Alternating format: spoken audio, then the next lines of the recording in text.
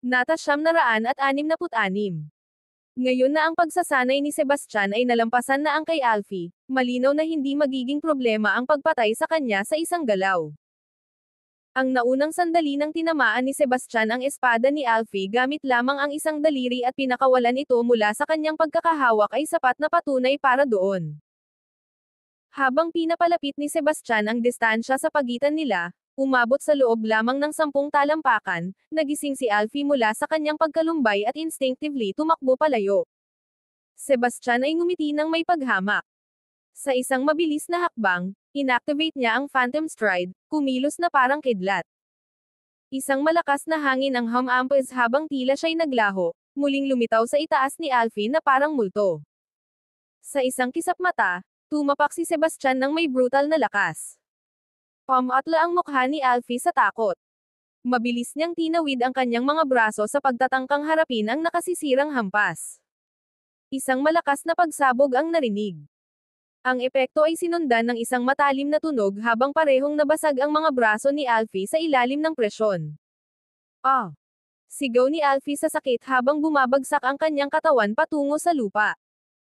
Isang malupit na pagyanig ang umabot sa buong lupa, nagpadala ng mga ulap ng alikabok sa hangin. Ang lupa ay yumanig. Nang hamupa ang alikabok, isang malalim na bunganga ang lumitaw, na nagmarka sa lugar kung saan nahulog si Alfie.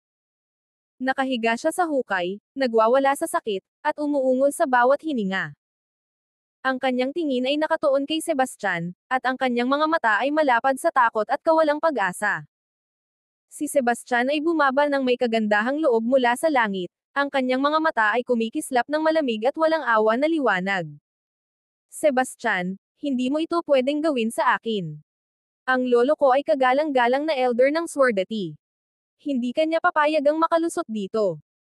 Alfie ay nagkandaliw, kumakapit sa isang piraso ng pag-asa na ang pagbanggit sa pangalan ng kanyang lolo ay maaaring magpahintulot kay Sebastian na magpakita ng awa. Ang mga labi ni Sebastian ay yumarko sa isang bahagyang mapanlit ng ngiti. Ang kagalang-galang na elder ng Swordati. Pang-asar na tanong ni Sebastian. Wala itong kahulugan sa akin. Sinubukan mong saktan ang aking babae, kaya binigyan kita ng babala. Pero sa halip na magsisi, hinanap mo ako para patayin. Dapat alam mo na ito ang magiging kapalaran mo. Takot ang pumuno sa puso ni Alfie. Nagsimula siyang magmakaawa ng desperado. Sebastian, nagkamali ako. Pakiusap, pakawalan mo ako. Pinapangako ko, hindi ko na uulitin. Nanginginig sa takot ang boses ni Alfie. Si Sebastian, gayunpaman, ay nanatiling hindi natitinag. Ang kanyang tingin ay malamig at hindi natitinag habang patuloy siyang lumalapit kay Alfie. Kaya, ngayon mo lang naisip na mali ka. Aba, huli na. Sigaw ni Sebastian. Ang kanyang boses ay puno ng galit. Walang pag-aalinlangan, tinapakan ni Sebastian ang isa sa mga binti ni Alfie. Ang malakas na tunog ng pagkaputol ng mga buto ay umabot sa hangin. Sumigaw si Alfie sa sakit. Ang kanyang mukha ay naubusan ng kulay, naging kasing puti ng puting papel. Pakiusap. Huwag mo akong patayin. Pakiusap ni Alfie, ang boses niya'y nanginginig at napupuno ng hikbi. Ngunit walang awa si Sebastian.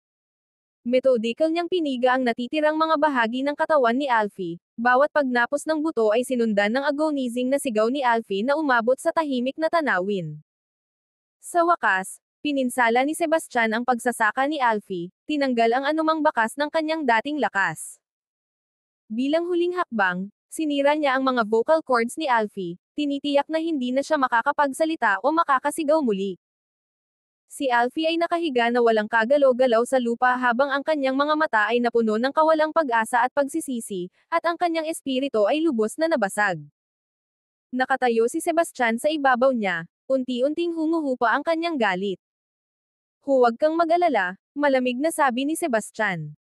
Sigurado akong aalagaan ka ng mabuti ng iyong lolo sa buong buhay mo.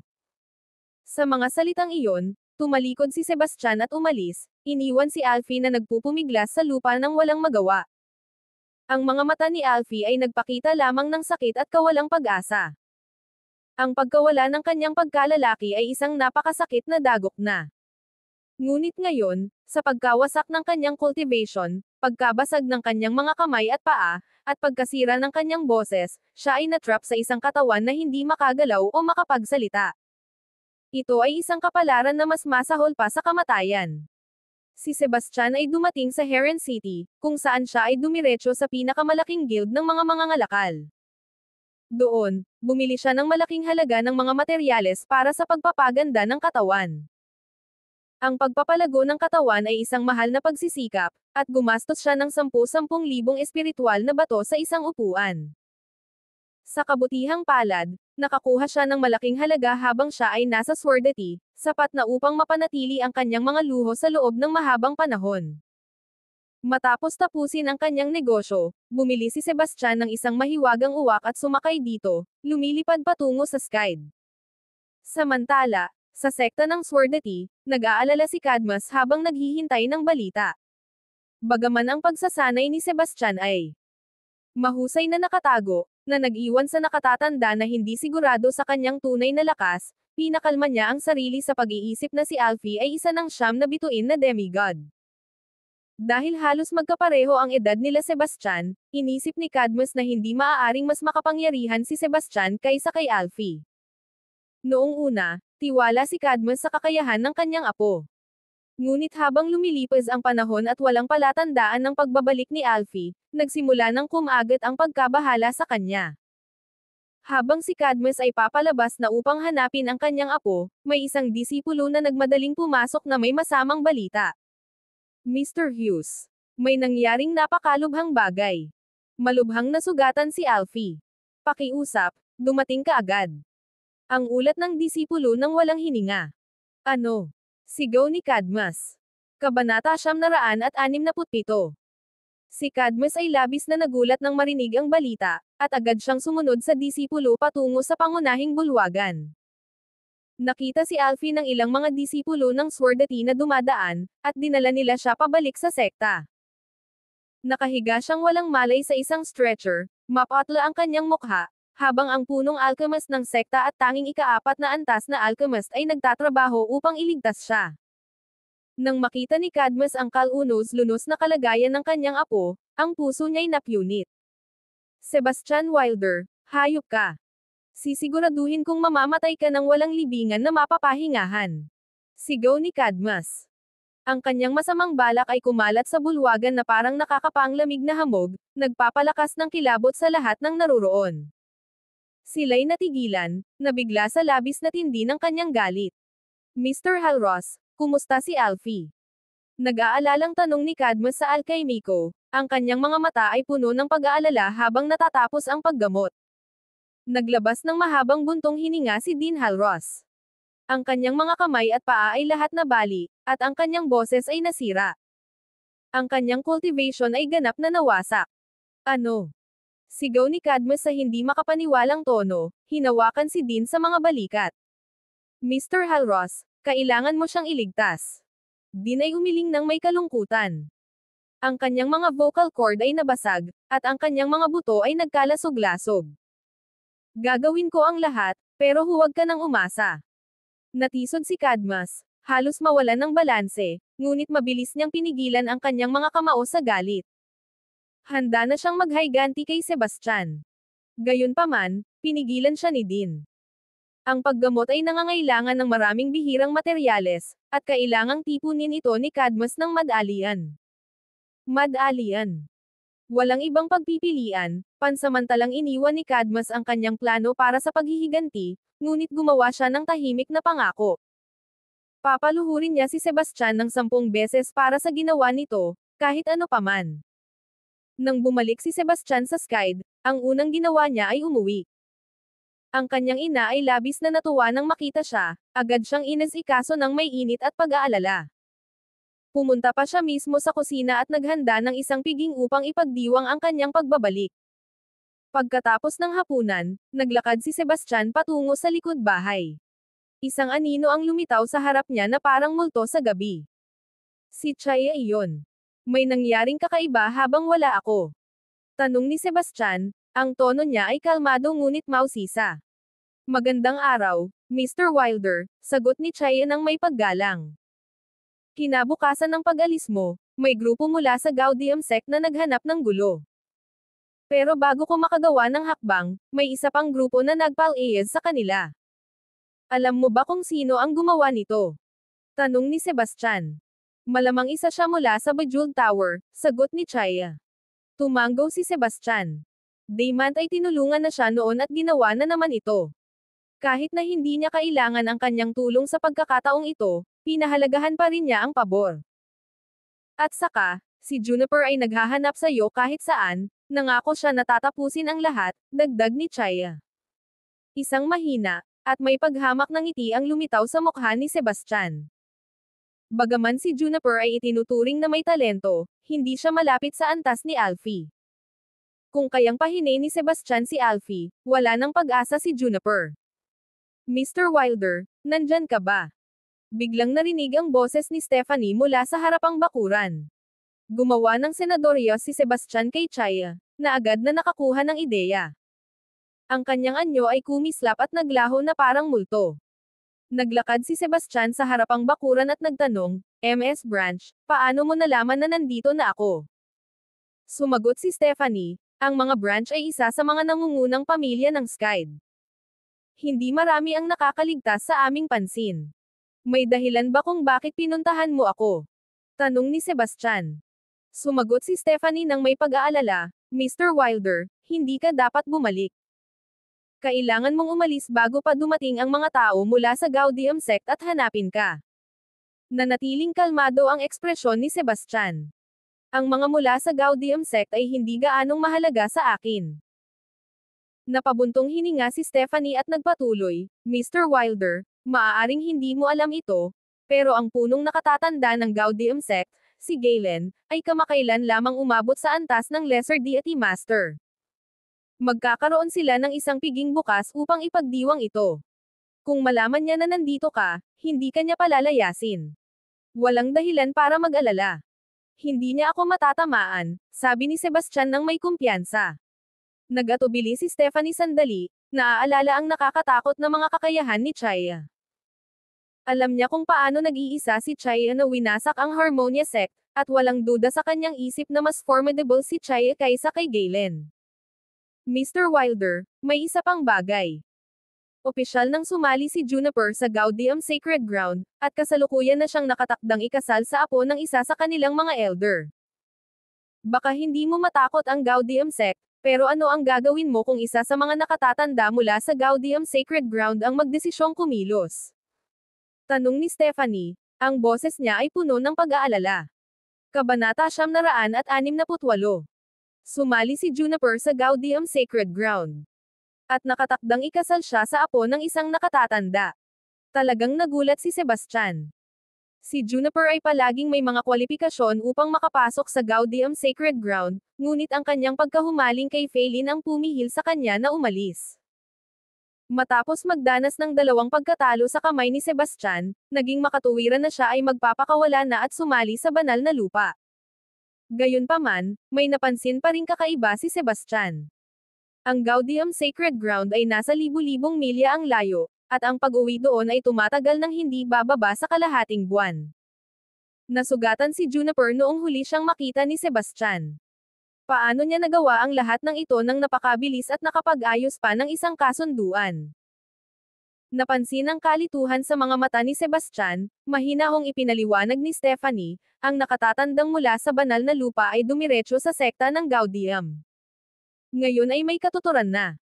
Tumanggo si Sebastian sa pagkaunawa.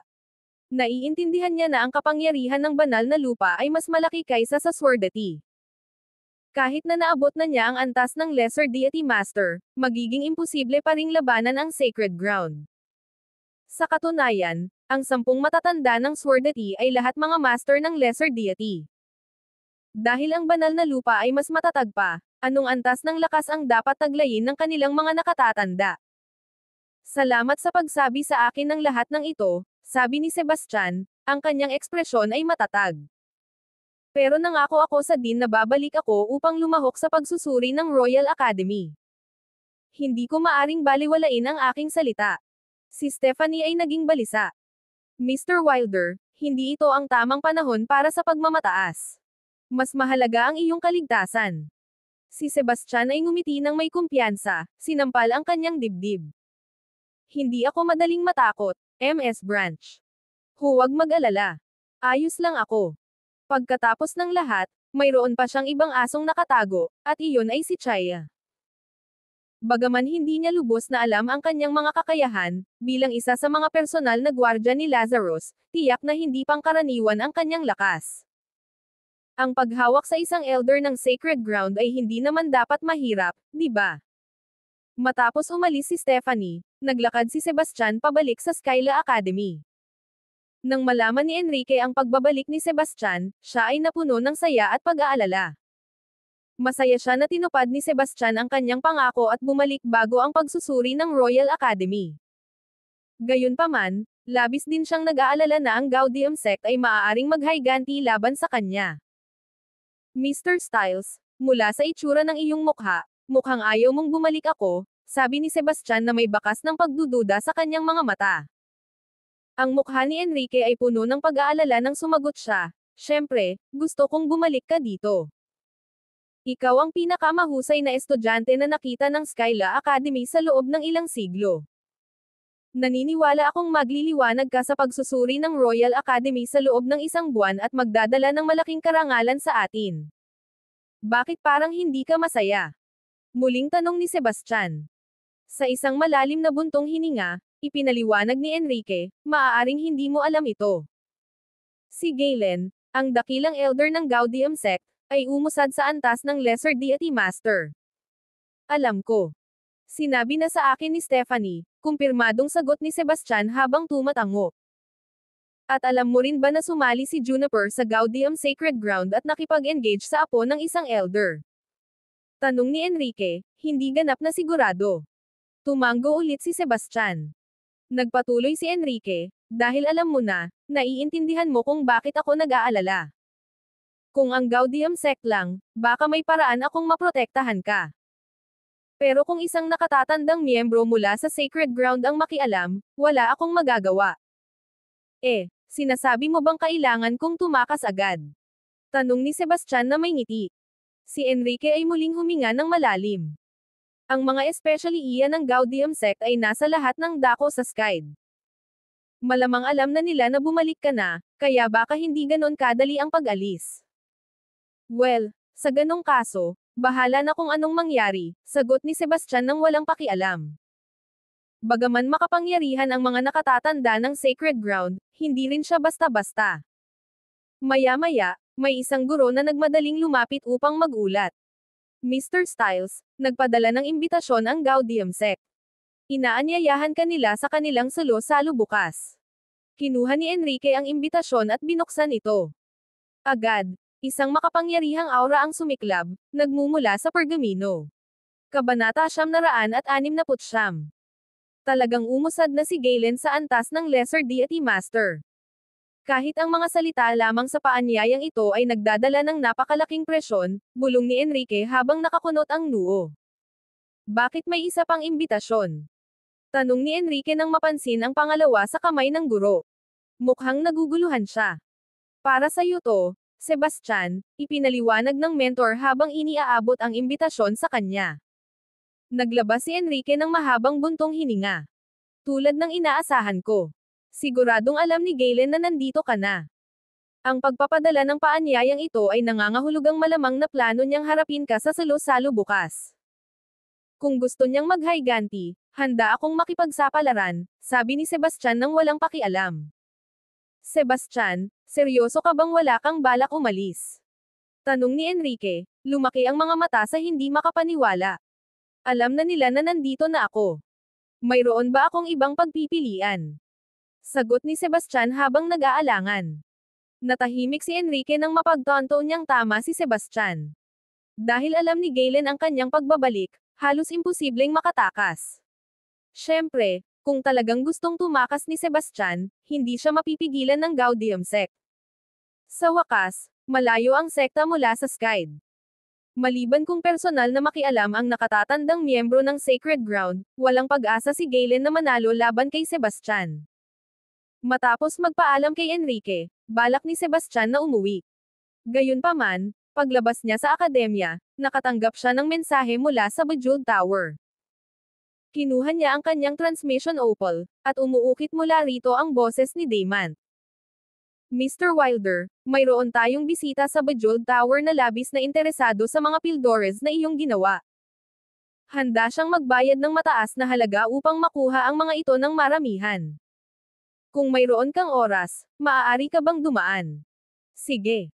Papunta na ako agad dyan, sagot ni Sebastian bago itago ang transmission opal. Pagkatapos ng isang maikling sandali ng pag-iisip, nagpa siya siyang sulit itong tingnan. Bagaman si Sebastian ay may milyon-milyong espiritual na bato, ang paglinang ng law of force ay isang mahal na gawain. Kapag nagsimula na ang formal na pagsasanay, mabilis na bababa ang kanyang kayamanan, at maaaring hindi sapat ang milyon-milyon, o kahit bilyon-bilyong, mga batong espiritual. Sa harap ng napakataas na mga gastos, anumang pagkakataon na kumita ay ayaw niyang palampasin. Siyempre, hindi lang ang pagkakataon ang nagbigay inspirasyon sa kanya. Ito ay ang pagbanggit ng mataas na presyo. Kung hindi na niya sana naisip na muling mag-refine ng mga table tasks sa lalong madaling panahon. Bago umalis, nakahanap si Sebastian ng isang liblib na lugar at nagbihis ng iba. Nagsuot siya ng itim na balabal na may malapad na sombrero at maingat na itinago ang kanyang aura.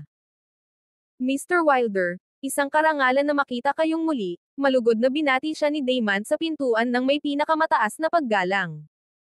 Saan ang mamimili? Tanong ni Sebastian. Ang kasalukuyan niyang boses ay magaspang, parang boses ng isang matandang lalaki. Nagpapahinga siya sa VIP room. Dadalhin kita roon, sagot ni Damon, habang dinadala si Sebastian sa isang silid sa itaas na palapag. Sa loob, isang maliit na babae ang nakaupo sa sopa. Mukhang nasa kanyang 20s siya, may mga banayad na katangian at kaakit-akit na matamis na asal. Ipinakilala ni Damon sila. Ito ang kagalang-galang na bisita na interesado sa pagbili ng inyong mga gamot, Ginoo. Tumangala ang babae kay Sebastian, bahagyang nakakunot ang noo. Bakit ka nagtatago sa ilalim ng sombrero na yan? Alisin mo yan. Hindi ako komportable sa hitsura mo. Nandito ka ba para bilhin ang mga gamot ko, o nandito ka para bilhin ako? Malamig na tanong ni Sebastian.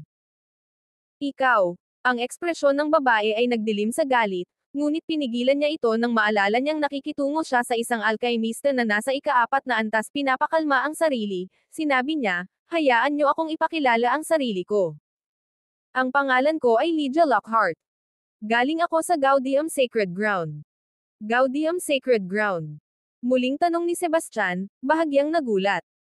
Narinig ko na may isang nakatatandang miyembro ng Sacred Ground na bumisita sa Gaudium Sect at ipinakasal ang kanyang apo sa kanilang tagapagmana. Ikaw ba? Ang apo na iyon. Kabanata 970. Tama iyon. Bahagyang tumanggaw si Lydia. Gayunpaman, nilinggan ni Sebastian ang kanyang ulo. Anong ibig mong sabihin yan? Tanong ni Lydia na nakakunot ang noo, halatang hindi nasisiyahan. Ms. Lockhart, maganda ka, at apo ka ng elder ng Sacred Ground. Paano ka mahuhulog sa isang katulad ni Juniper? Tanong ni Sebastian na naguguluhan. Ano bang problema kay Juniper? Ipaliwanag mo. Sigaw ni Lydia habang inilalagay ang kanyang mga kamay sa kanyang balakang. Sumagot si Sebastian, masamang balita si Juniper. Dati siyang nababaliw sa isang babaeng disipulo mula sa Swordati, pero hindi siya pinansin nito. Ngayon, nakatakdang ikasal siya sa iyo, pero halata namang interesado lang siya sa iyong katayuan. Walang paraan na mahal ka niya talaga. Sinungaling ka. Galit na tinignan ni Lydia si Sebastian, namumula ang kanyang mukha sa galit. Alam na ng lahat yan. Kung hindi mo ako pinaniniwalaan, pwede mong tanungin si Ms. Sidorev, sabi ni Sebastian. Totoo ba iyon? Tanong ni Lydia kay Damon. Nakarinig na ako ng mga katulad na chismis, sagot ni Damon habang tumatango. Diyos ko. Ang galit na galit si Lydia kaya tinapakan niya ang kanyang paa. Pagkatapos ng ilang sandali, huminga siya ng malalim at sinabi, sa totoo lang, ayaw ko rin siyang pakasalan. Ideya ito ng lolo ko. Ano ang magagawa ko? Iyan ang hindi ko maintindihan. Dapat ay napakaraming talentadong kabataang lalaki sa Sacred Ground, at dapat lahat sila ay mas magaling kaysa kay Juniper. Bakit gusto ng lolo mo na pakasalan mo ang isang hindi kapansin-pansing lalaki? Tanong ni Sebastian, na labis pa ring naguguluhan. Kalimutan mo na. Ayaw ko ng pag-usapan pa. Magtrabaho na lang tayo, sabi ni Lydia, na malinaw na ayaw ng pagtuunan ang paksa. Para kay Sebastian, ang pagputol ng pakikipag-ugnayan ni Lydia at Juniper ang tunay na mahalagang bagay na dapat asikasuhin. Lumiko siya kay Damon at sinabi, gusto kong makausap si MS Lockhart ng mag-isa. Sige. Iiwan ko na kayong dalawa para mag-usap.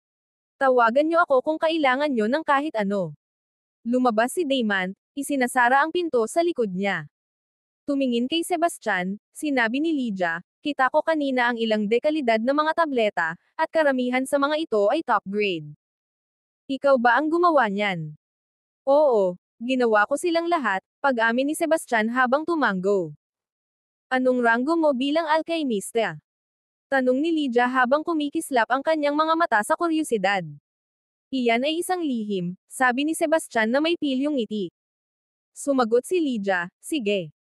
Pag-usapan na natin ang mga tableta. Anong klaseng mga tableta ang ginagawa mo?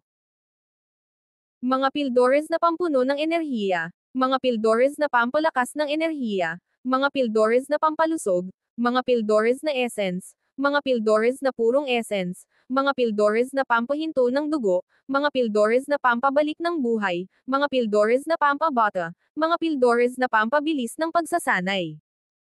Isinambulat ni Sebastian ang isang dosenang uri ng mga pildores sa isang hininga. Ang ilan ay para sa pagpapagaling, at ang iba naman ay para sa pagpapalago, paglilinis ng katawan, o pag-detoxify ng lason. Ito ay mula sa mga first rank na table task hanggang sa mga fourth rank na table task. Lydia nagmungkahi, bibilhin ko lahat ng mayroon ka. Magbabayad ako ng 10% higit pa sa presyo ng Bejeweled Tower, pero tanging kung papayag kang ibenta ang iyong mga pildores exclusive sa akin mula ngayon. Ang kanyang alok ay hindi maliit na halaga. Ang Bejeweled Tower ay nagtaas na ng presyo ng kanyang mga pil ng 20% nang muling ibenta nila ito, at ngayon ay nag-aalok si Lydia ng karagdagang 10%. Ang kita ay magiging malaki. MS Lockhart, hindi ba't medyo sobra na yan? Kaya mo ba talagang maglabas ng ganoong halaga? Tanong ni Sebastian na may halong tawa. Wala kang pakialam dyan. Ikaw ang magbibigay ng mga gamot, at ako ang magbibigay ng pera. Hindi ka malulugi, sagot ni Lydia ng may kumpiyansa. Ang pamilya mo ang namamahala sa isang guild ng mga mangangalakal, hindi ba? Hula ni Sebastian.